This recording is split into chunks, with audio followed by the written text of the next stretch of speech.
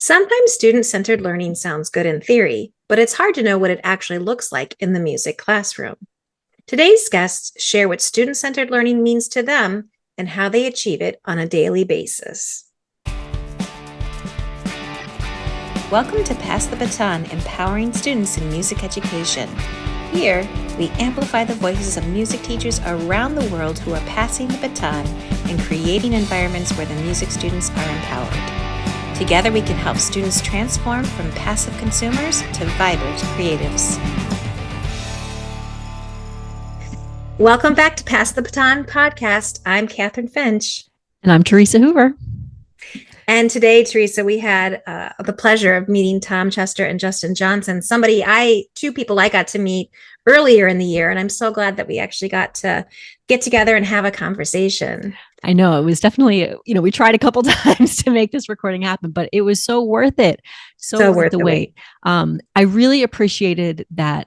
They talked about this thing called student-centered learning and not only what it is, but really what it looks like in the classrooms. And, at one point we made the comment like, oh, we've kind of strayed from where we started, but that's okay because it was such great information.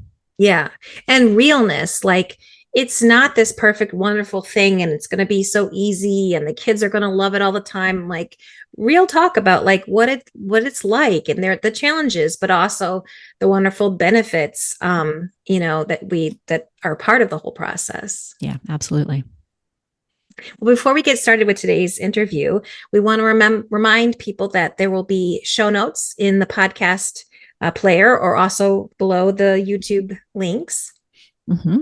Yep. And if you like today's interview or any of these interviews, make sure you think about showing Pass the Baton some love. You can subscribe, you can follow, whatever those things are. But the real things that help us the most are actually reviews. So if you're able to leave a review wherever you listen, that really helps. It helps just get the word out and to get all of these wonderful voices heard by even more people. So, and then in addition to that, we did launch a Buy Me a Coffee site. So one other way that you can support the podcast.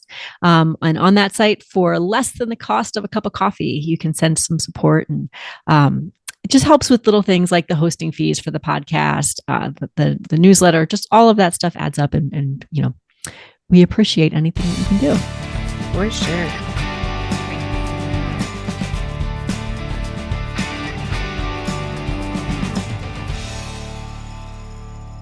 All right. Well, welcome back, everybody. We're so glad to have you here again. Mm-hmm. And today we have the pleasure of meeting Tom Chester and Justin Johnson. I had the pleasure of meeting you guys at Illinois Music Ed Conference way back in January. And so welcome and thanks for being here with us today. Thanks. Thanks for having us. Yeah. Do you mind getting started with just maybe with Tom and letting us know like a little bit about your background and what you're doing these days? Okay. I'm a high school orchestra teacher at Hoffman Estates High School in Hoffman Estates, Illinois.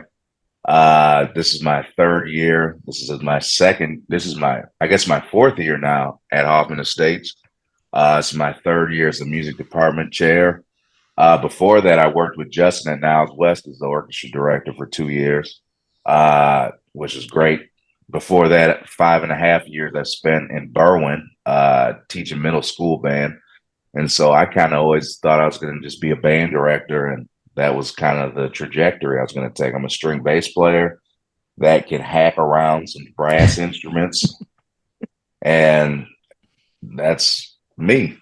Yeah.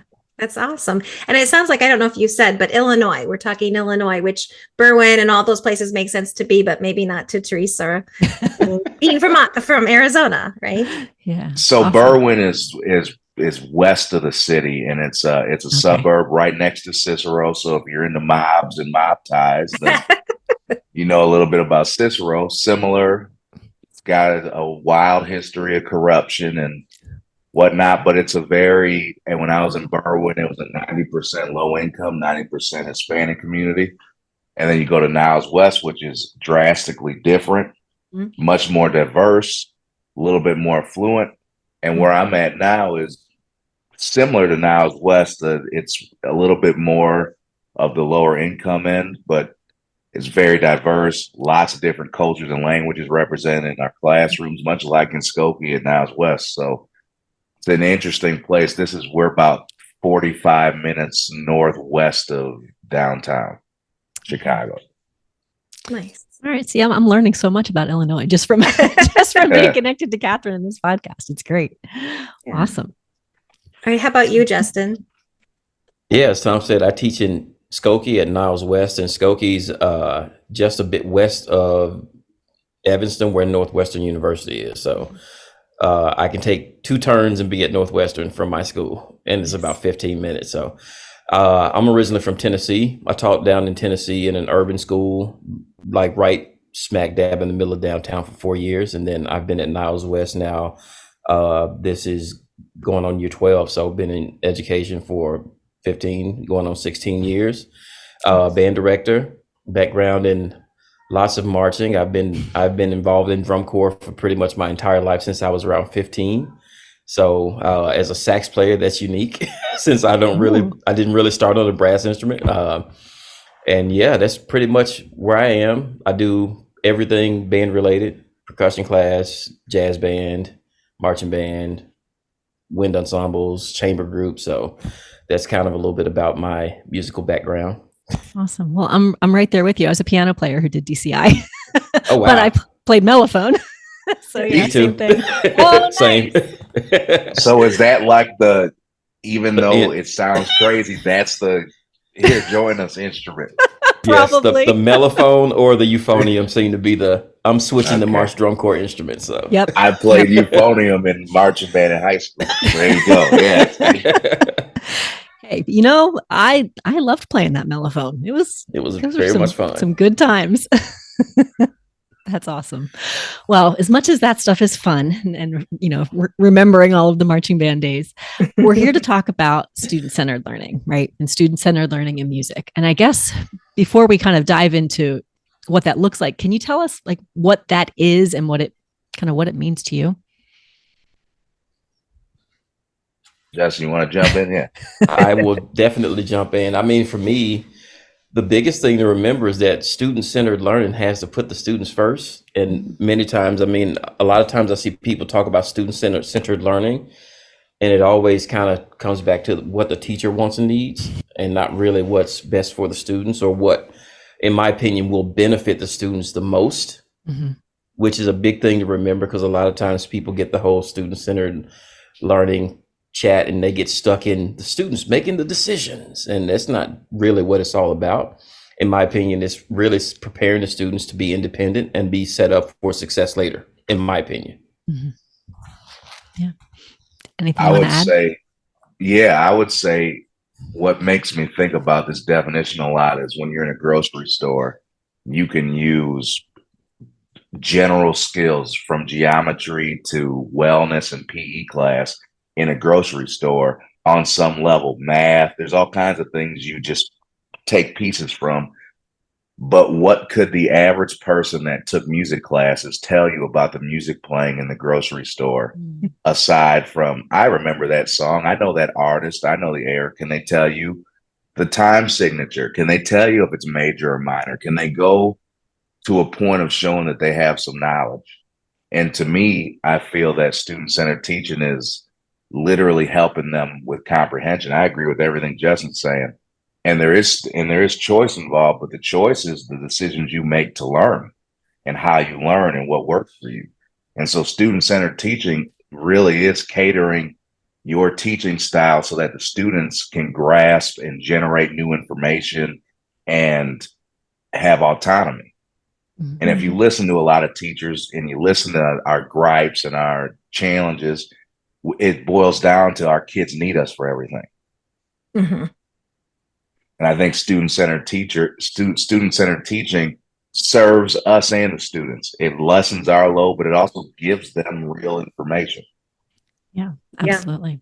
I think it's like Theresa always said, like, we want them to be lifelong learners. And it doesn't necessarily mean that they are, a clarinetist or, play the piano, but it would be that they just have a strong interest in a consumer of music, and they have that I can do music. They don't need, Mr. Chester to help them figure out, what to play next, right? Yep. Mm-hmm. Yeah. And, you mentioned that a lot of people say, oh, student centered, but it ultimately comes back to what they, the teacher, want. And I think we see that a lot in ensembles, especially. And you can even, like, we had a guest last season who talked a lot about the language the teacher uses, right? Well, oh, but my band and well, but what about Not the our and we, my. Yeah. Right. Yeah. So do you find that in ensembles it's trickier, or do you find ensemble directors have a harder time, or not necessarily? I personally would say that ensemble directors don't know what student-centered teaching is because they've never experienced it. Mm. None of us have sat in an ensemble in which we were empowered. We were in positions where the power comes from your skill and your ability to be able to make the music. And so a lot of us rehearse like our college band director rehearsed, our college orchestra director rehearsed with none of the players. So I think it's very much easy to do in an ensemble setting if you're focused on the ability of kids and not stuck in the cycle of chasing performances. Mm. Yeah, I 100% agree with Tom on that one. And a lot of it comes down to being able to identify where the shift needs to be made. Because I'll even double down on what Tom said. I know that the experience that I had as a music teacher gave me a ton. But if I were to teach now the way I was taught, I would probably have a very tough time. Society has changed a bunch. Students are different. We just had a pandemic. Still kind of having a pandemic. So I can't go into my classroom and operate my rehearsal like I remember my rehearsals being operated. And if I did, I'm not sure that I would be able to, have students that are able to see success, and I think it would be way more difficult to try to operate the way that things were done when I was in high school. Yeah. And it's not a gimmick. It's not gimmicky. It's not doing things that seem kid friendly or something like that. I think we are just as much of an academic subject as English language arts. And so there's a lot of elements from those classes that can be brought into the ensemble setting. They're not mutually exclusive. Learning's learning. Yeah. Yeah, I think that's how Theresa and I, we did a lot of book studies together, and we were just talking about to you earlier, we met online and just had a lot of these conversations. But because there are so many sound educational strategies and things to do. And then it's even more fun when you can talk about what that means in the music classroom. But right, if it can work in the language arts room, it can also work in the music room. So when you're planning for a student-centered music class, how do we make that shift? What does that look like? Especially maybe in like an ensemble setting. In some ways, for me, I won't I'm kind of a hippie, and I'm not going to be a hippie today. but what I'll say is it goes with backwards design. Mm-hmm. So you start with your assessment. The assessment for us typically is a concert or a playing assessment. What do I want to assess? Okay, what do the kids need to know? How do I take them there? And a question my assistant superintendent recently asked was, who's doing the thinking in the class out of 100%? Who's doing the thinking? What's the breakdown, teacher versus student? And so how can I teach, really, what skills do I need the students to know, and what can they do with me? What do they need me for? What can they do without me? Mm-hmm. It's kind of where I start, to be honest. Justin can keep going too. Yeah, and that's a great segue, because that's a way that I kind of formulate all of my classes. What do they actually need me for, and what can they do on their own? Because a lot of my students are coming in and they're used to kind of being coddled through things. When they just don't want to try to get the answer, they'll just look at you like, hey, give it to me. And oftentimes it's difficult for me to go, no, let's think through this together. And they're kind of resistant at first, because they're so used to just having it given to them right away and never really having an opportunity to formulate the critical thinking process. How do I think about this answer? Okay, this is a rhythm that we've done before. I don't know it. Just tell it to me. No, let's talk. And at that point, I'm going right to the board immediately, and I'm going to write it out, and we're going to talk about it, and we're going to figure it out together. I'm not going to give you the answer. And you can see resistance at first because they're just like, but it's way easier for you just to tell me. And I'm like, easier for who? Is it is it really easier, or is it just the fastest way to get it done right now? And then next week I'll have to do it again when someone else forgot it. No, so we're going to take the time now at the beginning before the concert cycle to do it. And then I'm also going to remind you that once we finish this, we're not learning this for this piece of music. We are learning music for the sake of next time I see it, I understand what it's going to be. And now I've got more tools in my tool belt. Thank you for teaching me that concept that worked on this piece. And it also works over here in this one too. So it takes a bit more time, but I just try to be real thoughtful about telling the students why I'm not just giving you the answer. I'm just not just saying no. I'm telling you why we're going to talk about it together, why we're going to count these rhythms out, why we're going to press buttons for these notes in this scale. We're doing it so the next time you see it, you know what to do, and you don't need me. Because when you practice, guess who's not going to be at home when you practice your scales? Me. Guess who's not going to be there when you can't figure out this rhythm in bar 33? Me. So if I don't teach you how to do it for yourself, you're always going to need someone, me or the YouTube or whoever else can help you to be a musician. And that's something that we want to try to avoid if possible. Yeah. And I'll add to that, because he was kind of talking about time a little bit. You do have to be aware of the amount of time you have too, because that dictates the depth. If I know I've got a concert in 2 months and I'm personally on a block schedule, 2 months is a month or less for me. I can't get in the weeds of some of the theory things or some of the oral skills things that I would normally do, or some of the time for them to work in a group. I have to know realistically how much. Sometimes you got to get in there and drill.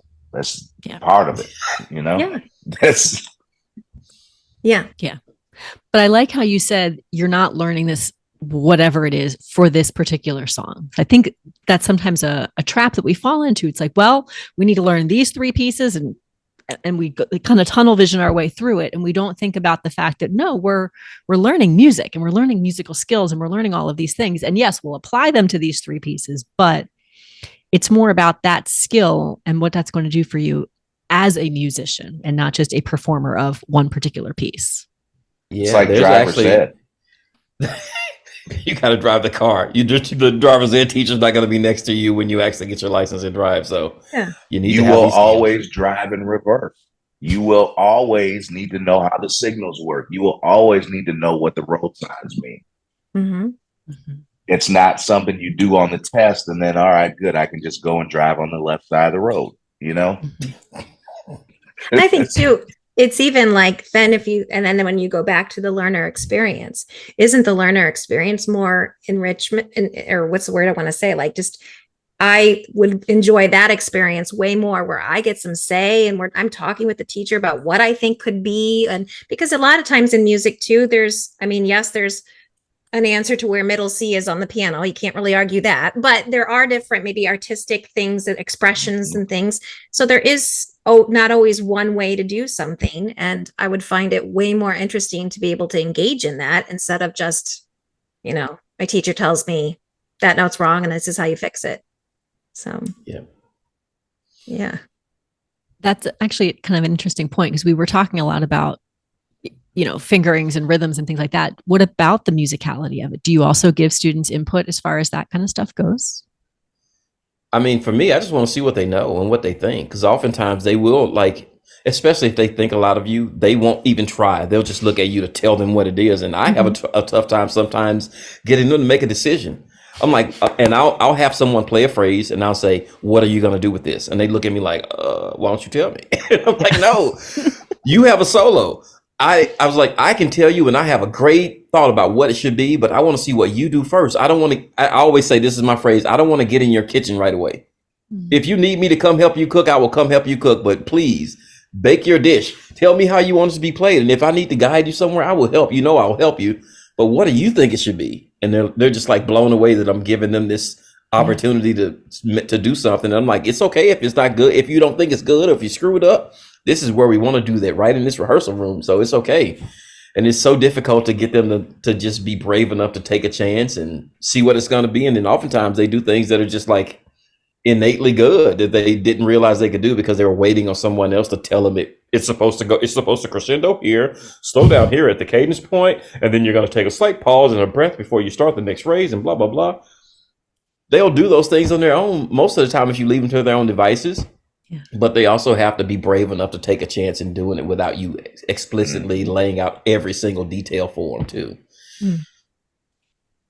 And I'd say something with musicality is something in reality, unless they're taking private lessons and have a lot of playing under their belt, there's limitations to even what the idea of being musical is beyond dynamics. I would say it's hard to be musical if you don't have a real good grasp of time and being able to bend it and play with time without losing time. So there's things musically you can do within a student-centered teaching thing. I won't go too deep into it, but improvisation and putting them in a position where you use their improvisation to inform what their opinion is of what long means. What does staccato mean? What does bounce mean? Spiccato and orchestra mean? Yeah. How do you interpret it? I can see you do it and I can hear you do it. That tells me how you interpret and how you use your musical knowledge just as much as how you turn a phrase in this chorale. Wait, but Tom, you told me you teach orchestra. Do your kids improvise in orchestra? I'll tell you, they hate it. Because it doesn't matter if we were in the middle of Montana and nobody was around. There's something with orchestra where we play what's written, you tell me what to do, and this is how we do it. And so they like it to a degree, but when it comes to actually starting to learn how to get a little beyond, there's a lot of resistance, and that's fine. But yeah, improvisation is, I always thought it was a gimmick till I saw this violinist, Christian Howes, do this presentation. And then I said, oh, this is a tool. This isn't, and it's a door opening, you know? Yeah, no, I think it's great. And I think that all musicians, regardless of what instrument or anything, they should be able to improvise. But yes, often the orchestra, people are a little apprehensive, we'll say. I know with my littles, I teach K-5 general music, and I know mine come to me like already so willing to improvise and try everything. But so I'm able to see right away, like when we do improvise and we do make things, then we can connect that to things we're learning. Like, why do you think the composer slowed that down? Or what kind of elements did the composer do to help us feel like this mood? And so I'm sure your kids connect probably to deeper or higher levels of thinking with that. But like, if you play and mess around with yourself, you have a better understanding from somebody else's piece of music or another way to do a mood or some different mood or something. So style, Yeah. I'll tell you something aside from improvisation. I remember when I taught middle school, one day I was just in a mood. You know how you get in the mood sometimes and you're like, I'm going to teach them this today. And so I just had on some like R&B, funk, kind of 70s, 80s music playing. And I just sat in the room and I didn't say a word, and I let them come in, and I spent 10 minutes just watching them. And none of us said anything. I didn't tell them what was happening. And it was remarkable how many kids didn't interact with the music in any way. And so just the idea of how often do we even like interact ourselves in front of the kids with the music, show them how to interact, give them something to interact to. Because at the very least, I think that would help a lot of our rhythmic and time challenges kids have. They simply don't engage music. And so if music isn't this thing that's just happening and that you can't help but be a part of, man, how do we make that part of it? Yeah, wow, that's such a good point. Is we talk about like, oh, let's make sure that we're playing music that students are interested in, but even beyond that, are we just engaging in music?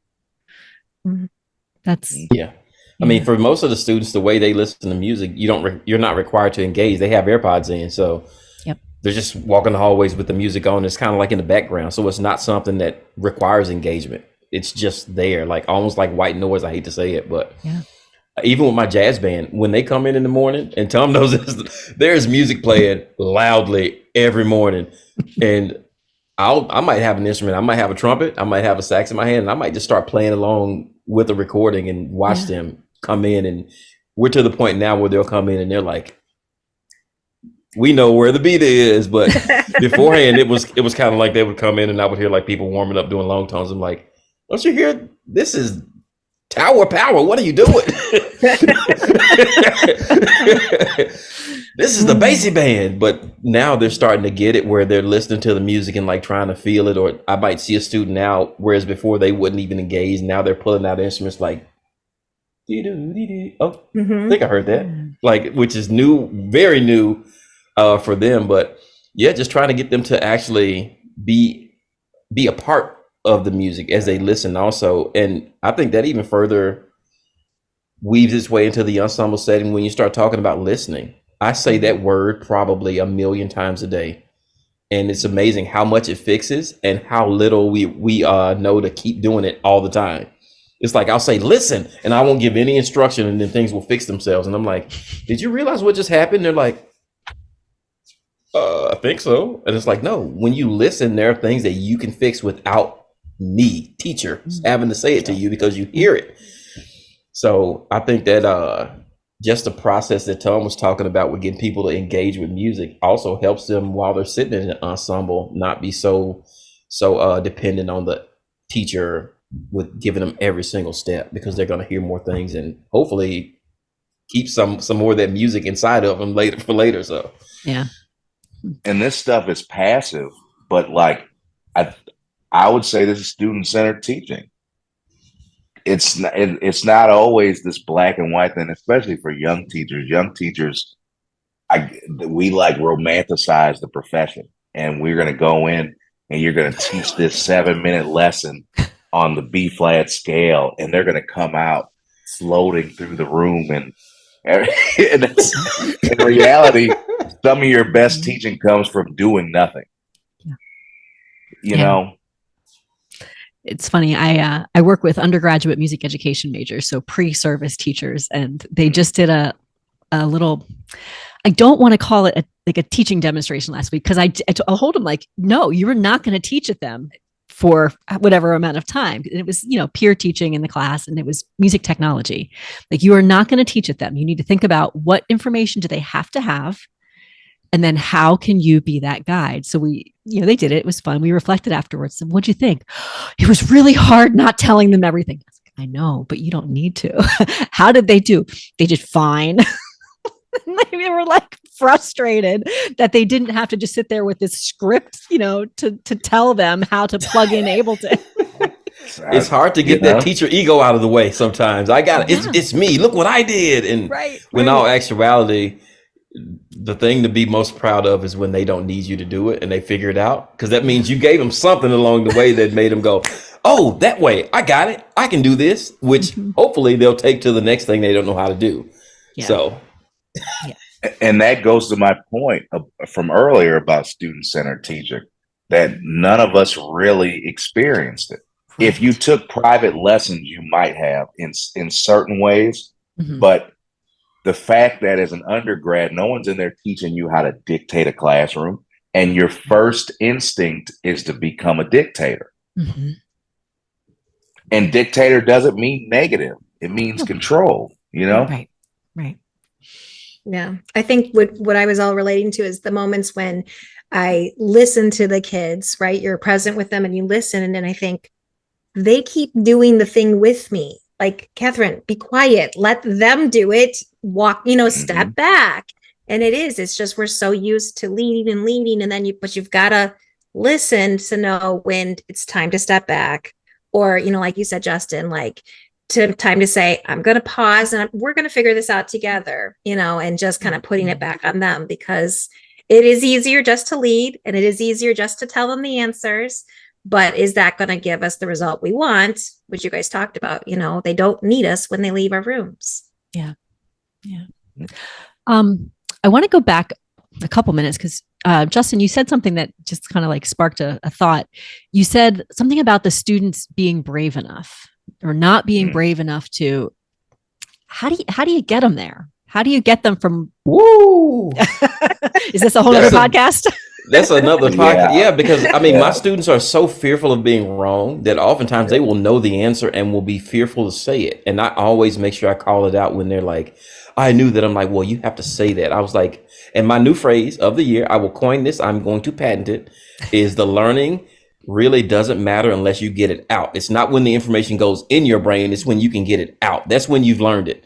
And I've started to see people, they're like more apt to like try to answer it. And I'm like, it's okay if it's wrong, but at least now I know that answer is wrong instead of me just thinking about it and then waiting to let Johnny answer, because I go in other classrooms, no matter what the subject is, and it's the same. The teacher asks a question and the students look at the student that's going to answer it. They don't even attempt to ask. And I say, that's their learning. Your learning is when you can do that. So if you're looking at them, that student is doing a great job of learning, but what about you? How does this help you learn? Mhm. And then I just let that question marinate and I leave it. And then we come back with another question, and they're more interested in getting involved, even when they don't know the answer, because that helps me assess what they know. I don't know what they know if they're all silent and it's one kid that answers all the questions. Yes, they all know it. And then we get the test and the average is a 40 because nobody really knew it. And Johnny got a 100.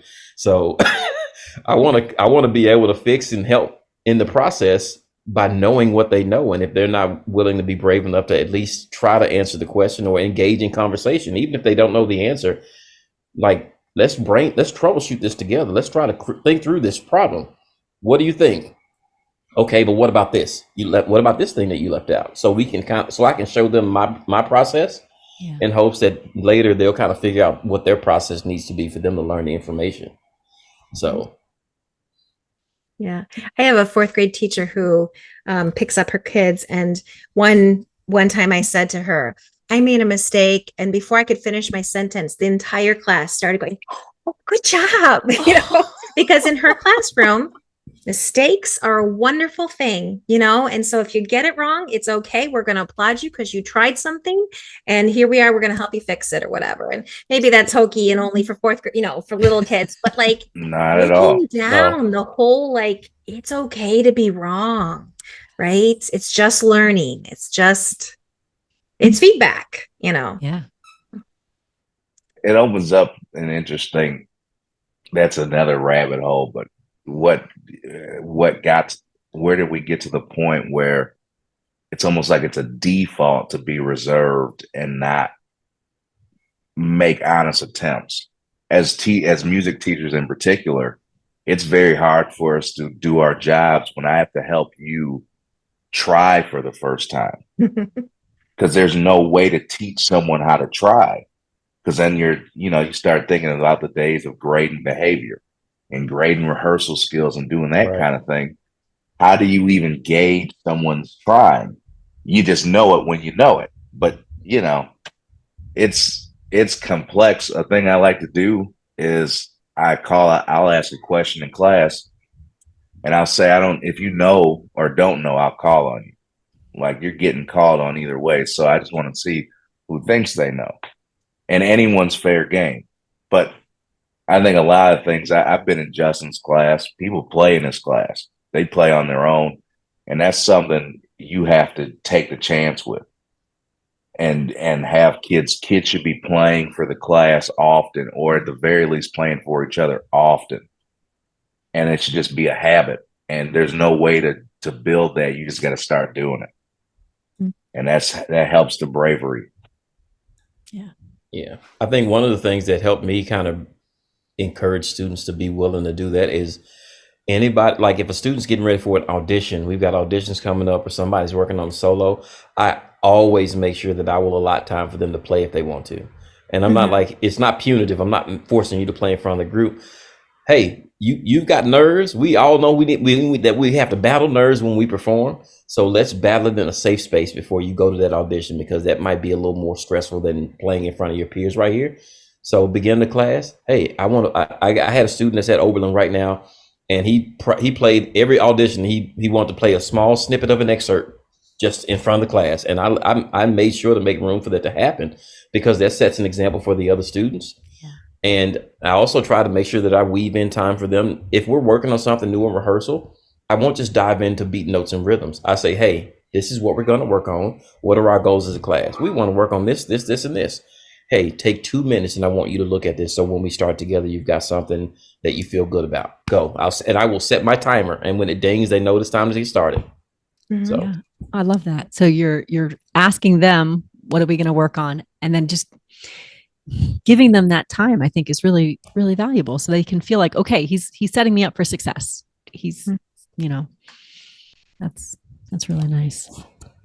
Yeah. And I think the culture of like wanting to share something you're working on that's outside of the class, you know, but you're trying to audition for this or that. You know, I have my littles come in and they want to play something for their recital. And we talk about like, we're not robots. We're not going to be perfect. And we're not going to harp on all the errors. We're just like, and their classmates are mostly like overjoyed when they hear somebody's expression and somebody's song. It doesn't matter if it's Mary Had a Little Lamb or, you know, some whatever, like the kids just, you know, it's nice to enjoy each other and to lift each other up. And, you know, no one's perfect, you know, but it's valuable to be able to have that experience in front of people.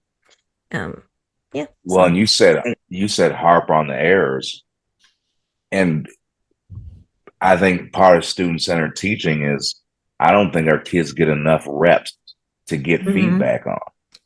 So why is it that you played it once? We went through how to do it once. You play it once, and I'm immediately on it, and you haven't even gotten a chance. Yeah. Could you imagine us as professionals being put in that position every time we did something, someone telling us it wasn't right? Every little thing just on our tail. We couldn't take it ourselves. Yeah. So it's interesting how normal that can become. And yeah, Justin and I both say, do it again. Sometimes you didn't even make a rep yet. Do it again. There's no harm in that. I don't know. All right, I've got to see. Sorry if I feel like we've derailed this. I apologize. No, we haven't, because everything that you're talking about, while it feels like it should be common sense, it's not always, and it's so good to hear it. You know, this is what it practically looks like. This is what's happening in my classroom, and this is how this is leading us towards a more student-centered environment. So I think just the practicality of everything you're saying is wonderful. Yeah. Yeah. So we appreciate Student-centered teaching is practical. It is, but not when you put know? it next to the way it's always been. Right. Yeah. I mean, that can be a negative portion of the student-centered classroom, because if the students are so used to the other way, then you now become the thing that's different. So it's hard. You have to get them to buy into the way you're trying to teach them. I've had students that get upset when I just won't give them the answer. Well, such and such just told me. Why won't you just tell me this answer? It's like, it's not, it's not how I want to do it. I want you to be able to figure it out for yourself. You're smart. And I say all the time, I'm like, you guys are brilliant. You're taking like all these classes that I didn't even have at my little high school in Tennessee, and you're way smarter. So why am I going to tell you the answers? You're taking like AP chemistry and bio and all these other things. You can probably figure this eighth note pattern out. Let's do it again. Seriously.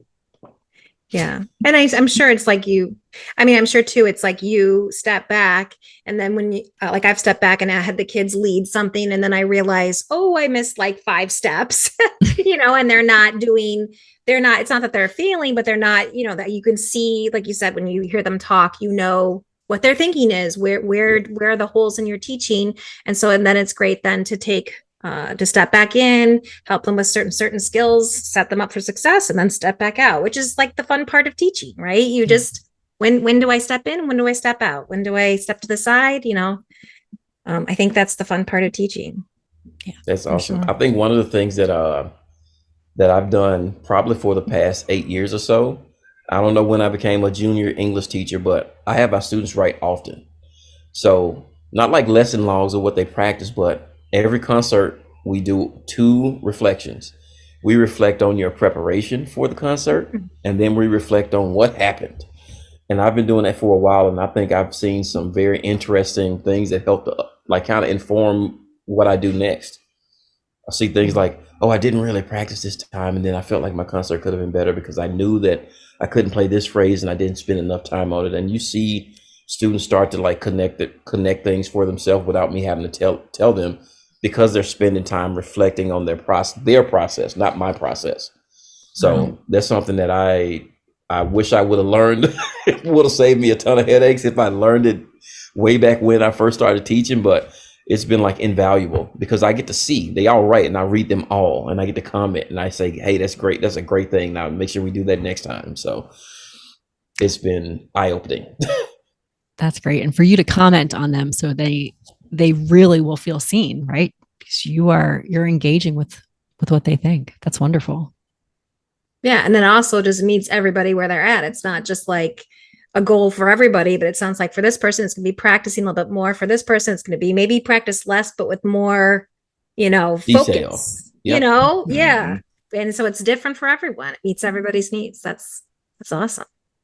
Yeah. And it's easy. It doesn't even take class time. It's easy Google. It's a Google form with a couple questions in it. And it is already scheduled to be sent the day after the concert. Done. It's there. And I do like you said, it was after a concert. So I know some people worry about like, well, when do I start to try some of these ideas? I'm 2 weeks to a concert. Like, well, that's not the time to start something like this because you have a deadline, right? And we all get that. But then after a concert might be a great place to reflect on their work or just to try something new because you're right after the concert, like there's the consequences or the risk is low, right? That you can try something to see how it goes. Yeah. Well, to be honest, I think even there are some things that you can actually do right now. I know for me, like giving the students time in front of me to practice stuff where I can hear them and help them, where they don't have to go home and fumble around for 3 hours and still not get it done is helpful for me. So if we're getting close to the concert and there's a phrase of music that's still not going well or something that they're still not getting, hey, it's on the board. IP. Individual practice, and I'm around the room like a Tasmanian devil trying to help people as much as I can in my little 42-minute class period. And there's always growth that comes from that because a lot of times you just found out students were practicing things wrong or not practicing them effectively. But how do you know if you don't see them do it? So if we never relinquish that classroom time because we want to beat every note in and conduct every second of rehearsal, you're never going to get an opportunity to really know how they're preparing themselves when they're away from you. So we have to make room to see it. Yeah. Well, there you go. You just gave us something you can try tomorrow, right? Give them a couple minutes of practice time. And to go with that, I'm on the extreme side of what Justin's talking about. Ooh. Most of my rehearsing is in that vein until we're closer to a concert. And it's more group wise because it's string instruments is a different kind of a challenge in some ways. And so something you can try, I won't even go down that path, but something you can try that will tell you where your kids are and how they really interact with music is have them group up in groups of however many and come up with a 5-point list of how you would approach a new piece of music to be able to play it. Yeah. And what you find is they think the elements of music are 5 steps. You find that they think that, well, I just need to practice this a little bit. To go further with that, when I give a new piece of music, I don't do it all the time, but most times I have them highlight 3 different colors. Highlight what you can play the first time, just looking at it. Because now you're assessing your own skill too. Highlighting this new color, what you can do with practice, and then highlight what you'll need my help with. And it kind of goes with, then we go and annotate the music too, because they do that in English class all the time. There's a lot of crossover, but we really need more to see how the kids think and to see like what goes into it, or if there is thought. And that's not a knock. A lot of times we have a lot of kids that are passively getting through this thing. Yeah. So how do I make it so that you see that being a musician is a you thing? You're not doing it for me. I've already done this. Yeah. Yeah.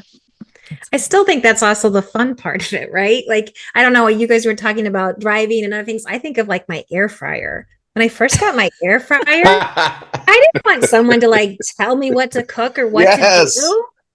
The best time putting like, oh, I'm going to try eggs. And I put eggs in it. It was horrible, and then I tried whatever. I tried cookies. But that's the joy of learning, and so you want people to be a part of the process instead of just, Kathryn, this is what you're going to do today in your air fryer. Like that just would make me want to not do it anymore. So that's the joy of learning, right? Yeah. So Well, or sewing or whatever it is, knitting, yeah. all of it. Right. So, well, there have been so many just like incredible ideas and thoughts. And that's really, I don't know. I love doing these interviews because I always walk away with things that I'm going to try tomorrow as well.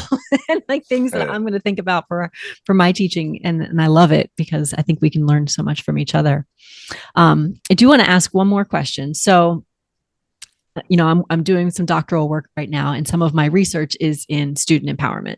And one of the things I'm realizing is that there's a lot of different ways we can think about that word empowerment, and a lot of different ways that we can think about what that means for us as music educators. So I'm just kind of curious, what does student empowerment mean for either of you? I mean, Tom, if I can, I'll go first. I'll go back to a phrase that I heard a lot when I was younger. There used to be commercials about this. Knowledge is power. So I think that student empowerment has to have some sort of basis and grounding in giving them knowledge for them to take, or giving them ways to acquire knowledge. I think that's I feel the most power when I know something. Yeah. I feel the most powered when I can do something. So having the students rely on us for every step of the way, or be put in positions where they don't feel like they can figure it out. I don't feel like that's going to be a position that makes them feel powerful about their learning. So I feel like if we want to empower the students, that we have to give them knowledge so they can get the power for themselves and not need us. Yeah, I like that. And I agree with that. And I feel like a few years ago, I had this weird feeling about life where you get, I'm sorry, you get to this point where you're used to leveling up. There's always some new horizon to reach. And there's always something, and there's always a carrot dangled in front of you until the carrot stops dangling, and here's your life. And I feel that I think empowerment is providing you a way to figure out things, but providing you a pathway to grow interested in things without an exterior motivation. There's power in being interested and learning on your own, and knowing how to problem solve on your own. That's empowering. That I don't need you. I don't want to ask you for help because I can figure this out on my own. Yes. That's empowerment. Anything that we can do to put kids on that track, because in reality, we're the last line of defense at the high school level, and then you're gone. See ya. Yep. So how do I help you manipulate your surroundings to be of use to you? mm-hmm. Yep. That's it. That's what we want, right? We're trying to help cultivate good musicians, good humans, good learners, all of that. Well, thank you so much for being with us today. How can people connect with you if they want to know more about you and your work? I got a Facebook. Yeah, I connected with you on Insta too. Yeah, I have an Instagram that is less. It's not going to be as mentally enthralling. It's very. If you know who John Cena is, the wrestler, if you go on his Instagram, it's very vague and it's just up for your interpretation. That's my Instagram.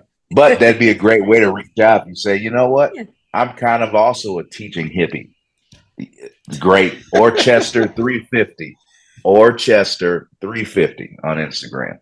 Sounds good. And Facebook is Tom Chester or what? Yep. Tom Chester, and it's a picture of me looking like this over my glasses, I think. Sounds good. Love it. Love it. That's awesome.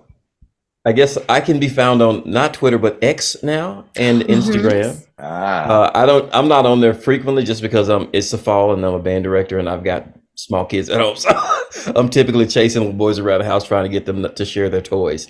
So I can be found at the number 1 ILNUPE on both Twitter and Instagram. Okay. Yeah, we usually link all that. But... Yeah. You said Facebook too?